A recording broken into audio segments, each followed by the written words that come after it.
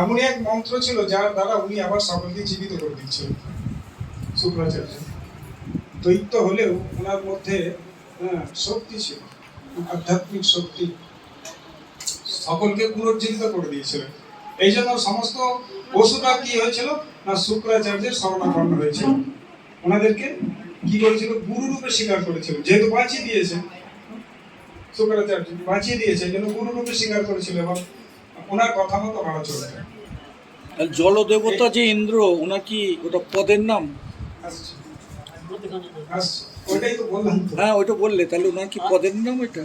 ওটা একটা সিটের নাম হচ্ছে ইন্দ্র। ইন্দ্র হচ্ছে একটা পদ। আমি প্রশ্নে আসছি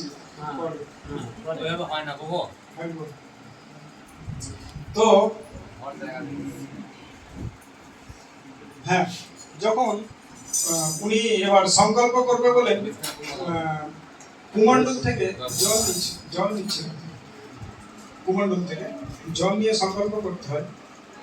যখন সংকল্প করতে যান তখন ভগবান কি করছেন না, ওই দৈত্য করে শুক্র